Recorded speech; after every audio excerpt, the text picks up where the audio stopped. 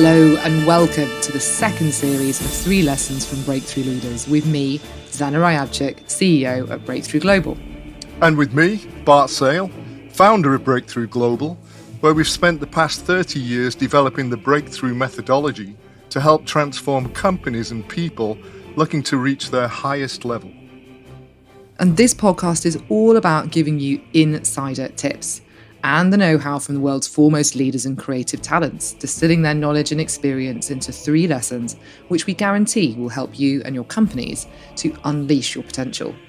And you can get in touch with us at bartsale@breakthroughglobal.com to find out more. In today's episode, we'll hear from Lara Brans. Lara is a senior executive with 30 years of experience in the FMCG industry. She's now an executive president for the Asia Pacific region at JDE Peet, which is the second largest coffee company in the world.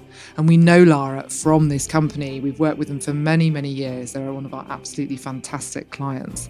And today we'll learn these 3 lessons from her. Be inspired to inspire. Crucial, and each person has to do that him or herself, is to make sure that you replenish your energy.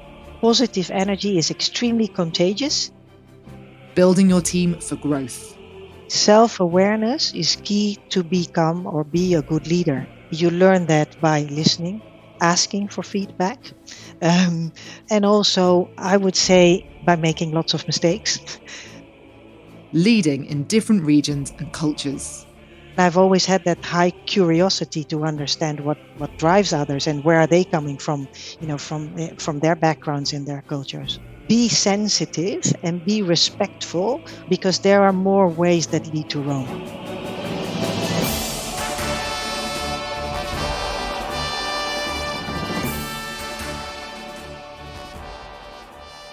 Lesson 1. Master being full on and inspired. What I found, Lara, on our often quite early morning sessions on breakthrough programs, where we do kind of mind-body connection sessions in the morning, is you're one of those people that's easy to spot, and you maybe wouldn't be aware of this, but you're easy to spot because you always come down looking fresh-faced. Really? And you always come down full on, ready to do the morning session, get yourself energized, as if you've actually already been up for several hours already. So you kind of do live your life in this full-on state that we're helping many people to work towards mastery of. What keeps you full on? How do you get full on? How do you keep your teams full on? What's the secret? Thank you for noticing that, by the way. And maybe a little detail, I'm not a morning person, I'm an evening person. No, really? Yes. That's just proof that you can turn the dial up to me. That's absolute proof. But you're right, and it does make me feel a lot better to do, some physical fitness in the morning. I tend to do some yoga stretches, and it really helps if you do that in the morning, or indeed some physical exercise, or again walking the dogs, to get that breath of fresh air and get your heart rate going. It really helps me. But in general, I think. And that's one of the concepts that was so insightful at Breakthrough as well, is the energy states that you have. And it's indeed full on or full off. I am, generally speaking, a full on person, but that's also my character. If I'm going to do something, then I want to give it my all, my best. Otherwise, I'm kind of wasting my time. I don't know, that's just in me. But to replenish that energy, I think, is super important. And I also love sleep, and they sometimes tell me, yeah, that's my Indonesian side. Maybe, I don't know why, but I can sleep anywhere, anytime, and it's really important for me to have that sleep, because when I'm not sleeping, I'm always fully active, and I love physical activity. So sports, outdoor sports, for long walks, that's how I replenish my energy. And I think it's very important to do that. And I noticed it actually during the pandemic, when we were all at home office and we had these Teams meetings the whole day, from back-to-back meetings. I thought that was very intense, and you really needed to make sure that you had breaks in between, because if you do not exude energy, you cannot also expect that from others. And in my case, I think positive energy is extremely contagious. But yeah, I think crucial, and each person has to do that him or herself, is to make sure that you replenish your energy in time.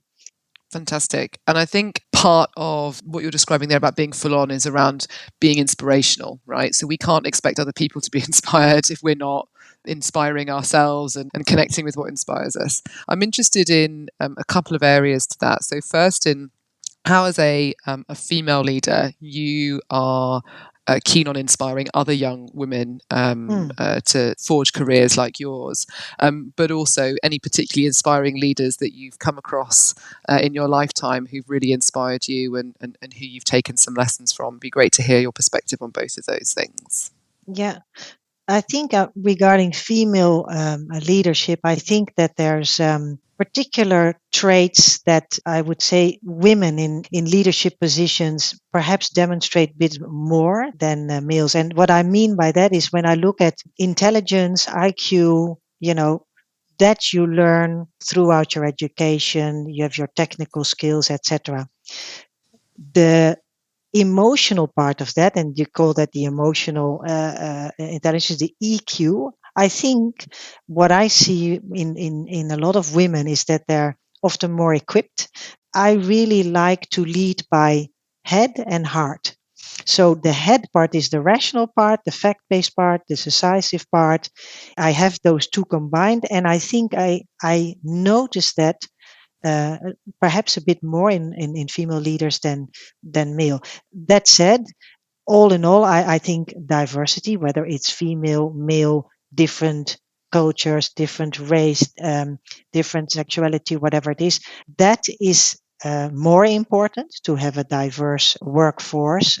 So you have you can come to richer solutions because you use different perspectives. That I would say around not only female leadership, but having a representation of all kinds of backgrounds, so you can have different perspectives. Um, and then your second question about in leaders that inspire me along the way, it's not like I could name things, but I am looking for traits, I guess, in leaders. And that comes back to the earlier point we discussed, and that is authenticity. So what they say is what they do. People who are visionary in the sense that they have a long-term view, and every step along the way is in towards that long-term view. And I would say, yeah, take courageous decisions, be decisive. If it's the wrong one, then we can always steer back, but take a decision. I think courageous decision making. And also, we discussed that before, the strong values, value driven attitude, and empathy or connect well with people, I think is key.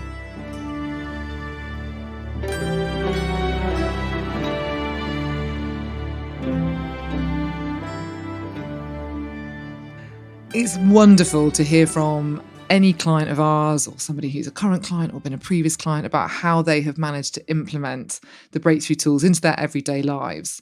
And being full on is definitely something that I see in Lara all the time. At Breakthrough, being full on and intentional is one of our foundational values. It's something that we have to live every single day.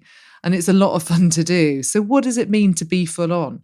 Well, full on is when you're fully intentional, you're fully focused, you're fully present, and you're fully energized. You've got all of your resources available in that moment to take on the task, to achieve the outcomes that you want.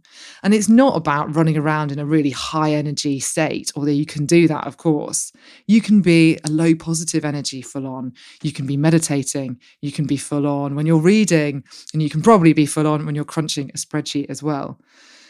It's up to us to decide how we can shift our energy to improve our energy setting, to get that little bit more out of life. So let me ask you now, whatever your natural energy setting is, do you think that you could increase it? Do you think that you could turn that dial up by just another 5 or 10%? And what do you think the impact of that would be for you? Everything starts with energy.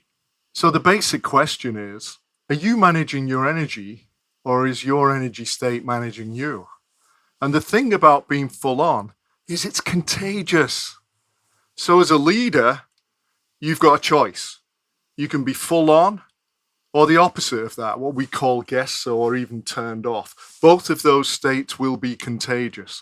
So what sort of team do you want? What sort of workforce do you want? I know what I want. I want a workforce and a team that are full on and they're enjoying things and they're in the present and they're fulfilled. You are the role model for that. And it's exactly the same with inspiration, isn't it? Inspiration is infectious, it's contagious. We all want to be inspired. We don't want to be working with the dull, grey versions of each other. We want to be working with the inspired versions of ourselves, don't we? Lesson 2.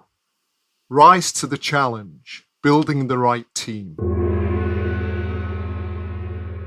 Self-awareness is key to become or be a good leader.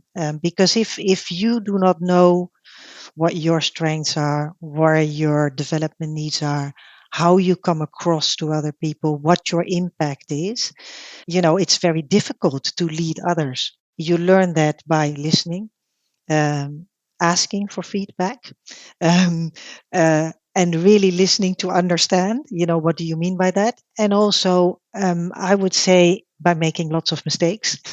Where nobody's perfect, and you should accept that.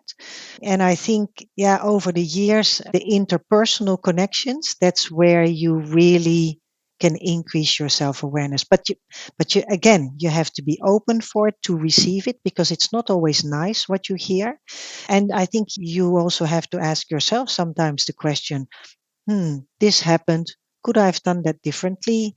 Could I have reacted better? You know what I mean? So I think, yeah, that's key. I think, by the way, it's not only in business. This is really, it's your family, it's your partner, your friends telling you, and it's also about you. Are you able to put yourself in a vulnerable position?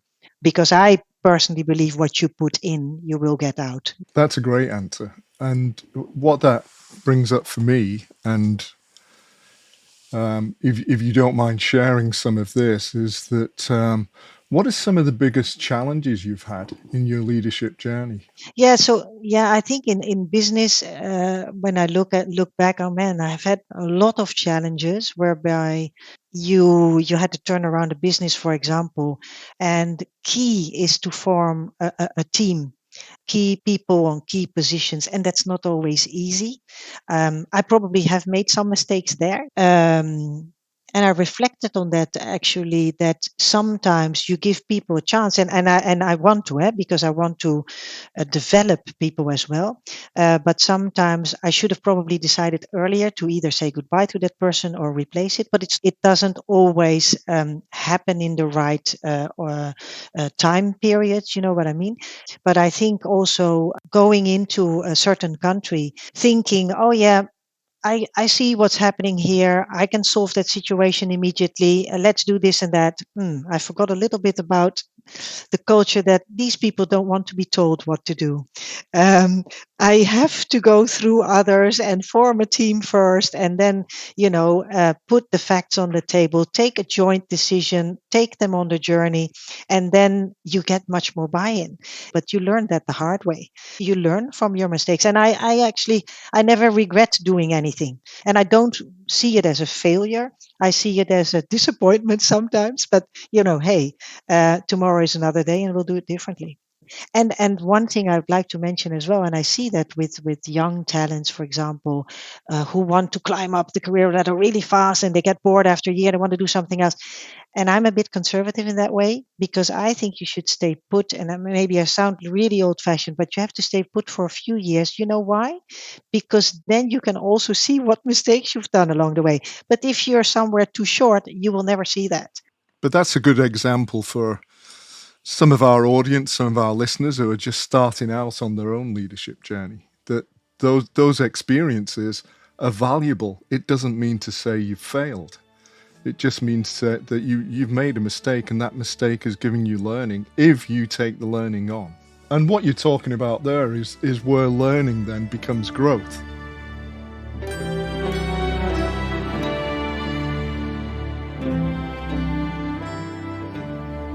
And Lara's absolutely right. Building the right team to deliver on the objectives that you want to meet, building the right team to be a group of people that you want to work with every day, building a team for variety and diversity, but to make sure that you have a values fit is absolutely critical to giving you the best shot at success in an organisation. This is so important to any leader, but particularly to a new leader. New leaders very often inherit a team. There may be people on that team who thought that they'd get that leadership job. There may be people on that team who are not full on about following you. So it's very important in those early days and early months to really get a team that's going to work with you and for you and support you. So ask yourself, have you got the right people on the bus? Do you have the right skills and capabilities? And most importantly, the right mindset and collective mindset in your team to get you to where you need to go. Lesson 3. It's not strange, it's different. So, Lara, you've had an amazing career with what has been an evolving organisation. And that's one of the reasons that we wanted to talk with you today. Maybe if you just give us and our listeners a little bit of a flavour of the career that you've had up to now. Yeah, it's my honor and my pleasure to do so. And as a matter of fact, this month is 25 years with the Wow, company. congratulations. Congratulations. Thank you. Yeah, so it's a good timing, as a matter of fact. Yeah, and you're right. In all its iterations, I've been with this company. And I can tell you one thing 25 years ago, I didn't think I would be here in this position right now, but I'm extremely happy and very, very proud that I'm now a member of the executive team. But what kept me here was all the great opportunities and I would say ditto challenges, if not more challenges, for which I'm very grateful for.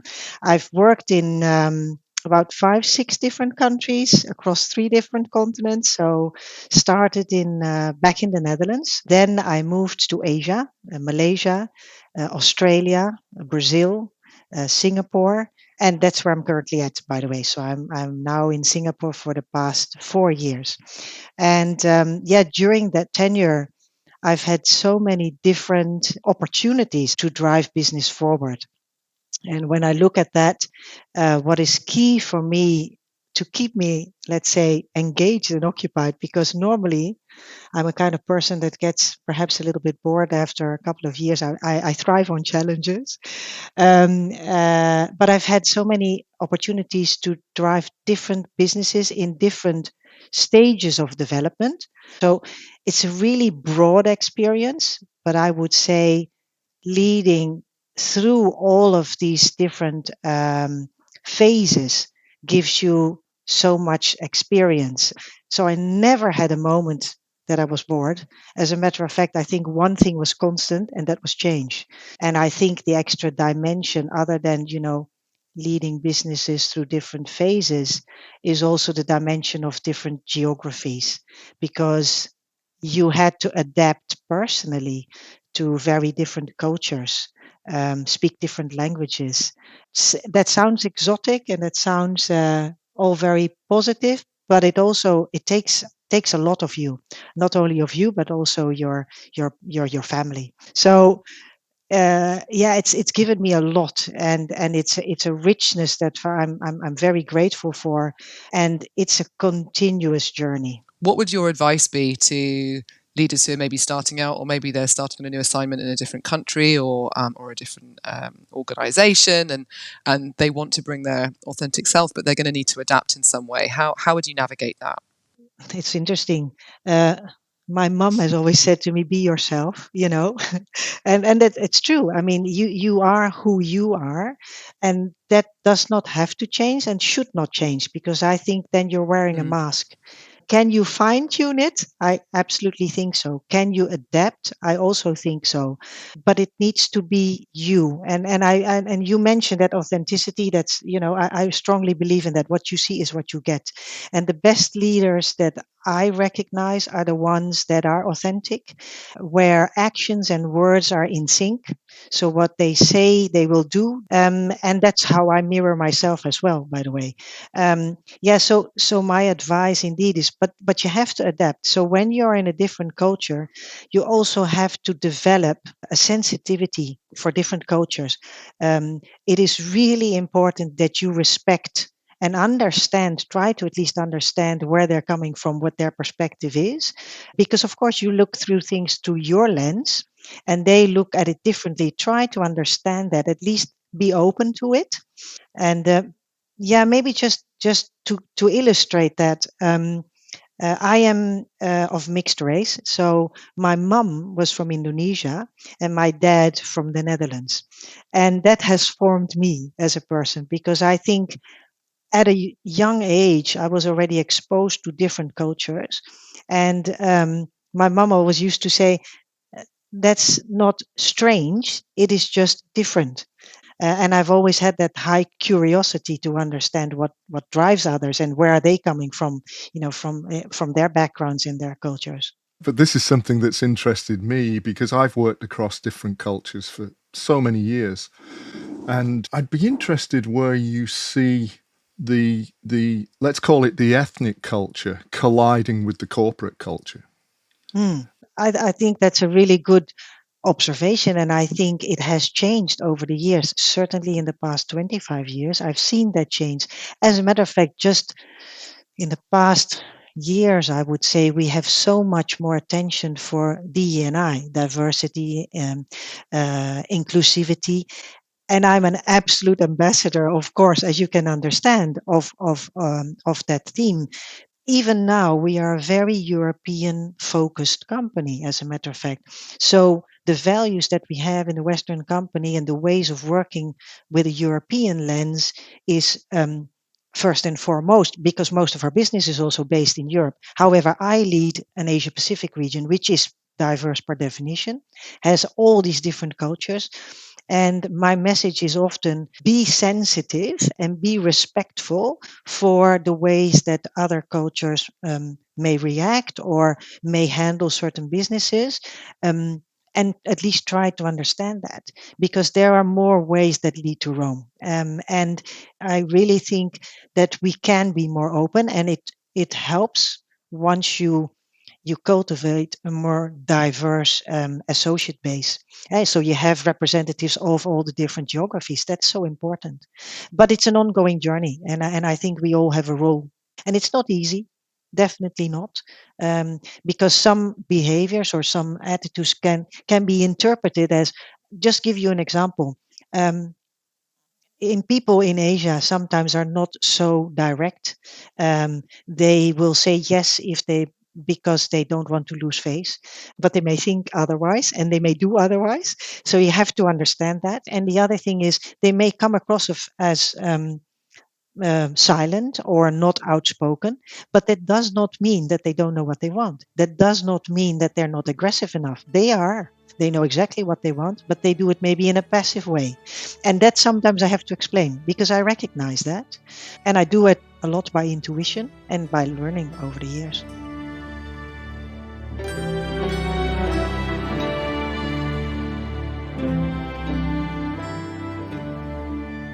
So here, Lara touches on a theme that is critical to all of our clients and community at the moment. And that is that we have to be certain that there is going to be more and more uncertainty.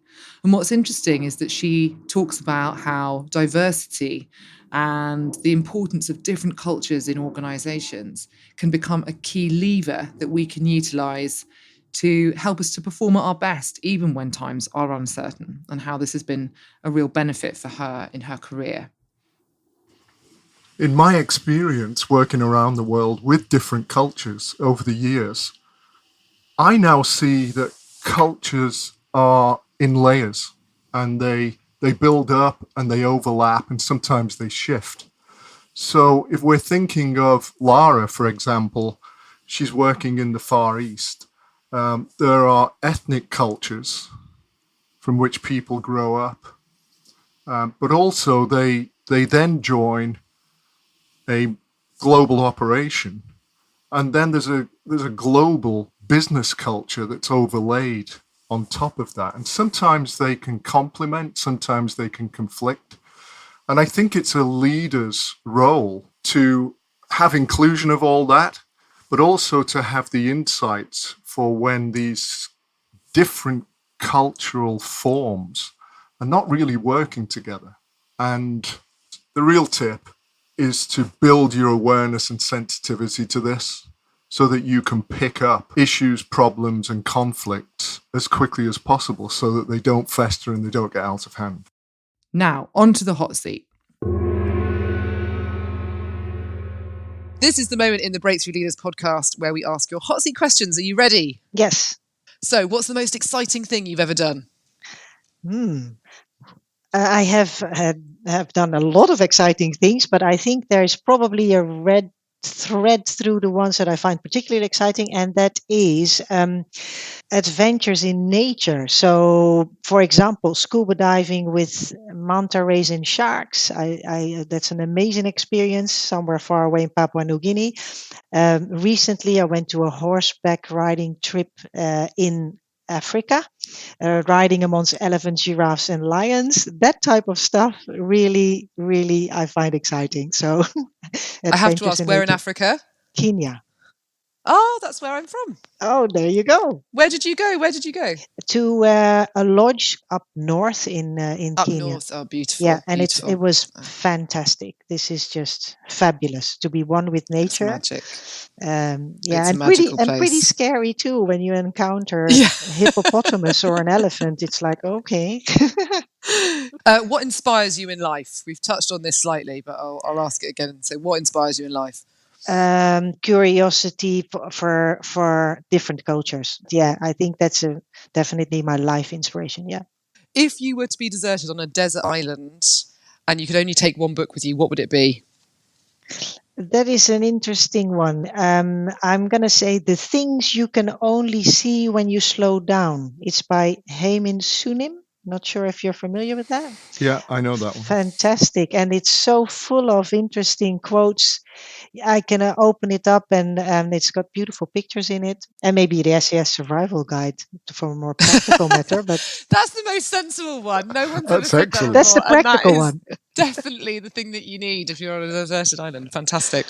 All right, Lara, thank you so much. It's been an absolute pleasure. No, it's my absolute pleasure and an honor. And thanks for inviting me. I love our conversations, and as you said, it sparked so many things. Well, thank you for the whole thing. It's been a great conversation, and it's been great to get to know you a little bit better.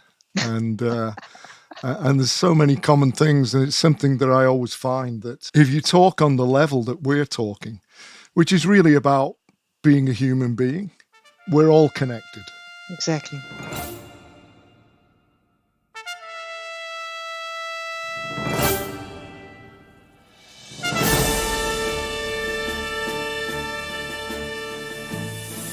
Thank you for joining us for today's 3 lessons. Do make sure you hit the subscribe button and join us each month for 3 more lessons from Breakthrough Leaders.